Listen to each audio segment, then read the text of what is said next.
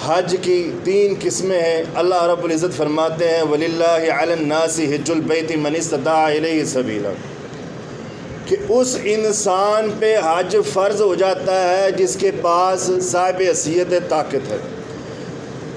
حج کرنے کے لیے 5 چیزوں کا ہونا ضروری ہے۔ وہ 5 چیزیں کیا ہیں؟ جب وہ 5 چیزیں ہوں گی تو آپ پہ حج فرض ہو جائے گا۔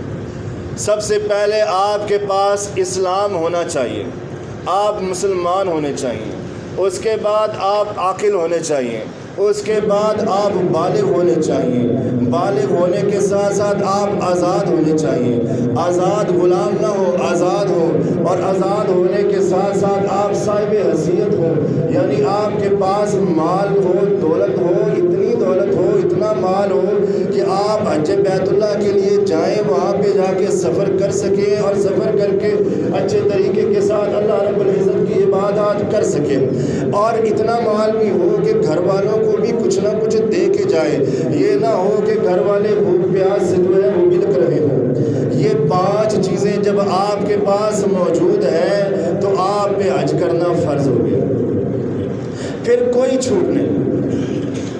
آپ کے پاس پیسے نہیں ہیں، ایک صورت یہ بھی ہے کہ آپ کے پاس پیسے موجود نہیں ہیں اور آپ کے پاس پراپرٹی موجود ہے، اور پراپرٹی موجود ہے، اس پراپرٹی کو بیچ کے آپ حج بیت اللہ کے لیے جائیں گے۔ حج بیت اللہ اتنا فرض ہے، اتنا فرض، اتنا ضروری ہے کہ زندگی کے اندر ایک بار حج کرنا فرض ہے اور لازم ہے۔ حج کیے بغیر کوئی چھوٹ نہیں، کوئی معافی نہیں۔ جناب محمد رسول اللہ صلی اللہ علیہ وسلم کا فرمان ہے کہ تم پہ حج کو فرض کیا ہے، حج کرو، اس سے پہلے کہ تمہیں کوئی بیماری آ جائے، تمہیں کوئی پریشانی آ جائے، یا تو کسی مصیبت میں الجھ جائے، پھنس جائے، اس سے پہلے تو حج کر لے۔ اب آپ کے پاس پراپرٹی ہے، اس پراپرٹی کو بیچ کے آپ حج بیت اللہ کے لیے جائیں گے، آپ کے پاس طاقت موجود ہے، اور اگر آپ نے درخواست دی حج کرنے کے لیے، طاقت بھی ہے، جانا چاہتے ہیں، اس سے پہلے آپ مر گئے ہیں، فوت ہو گئے ہیں، اس صورت میں بھی آپ پہ حج فرض ہے۔ کیسے؟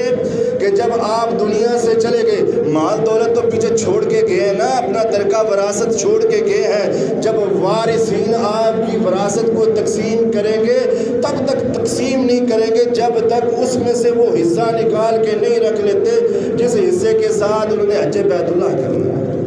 یعنی مرنے کے بعد بھی حج بیت اللہ ہوگا۔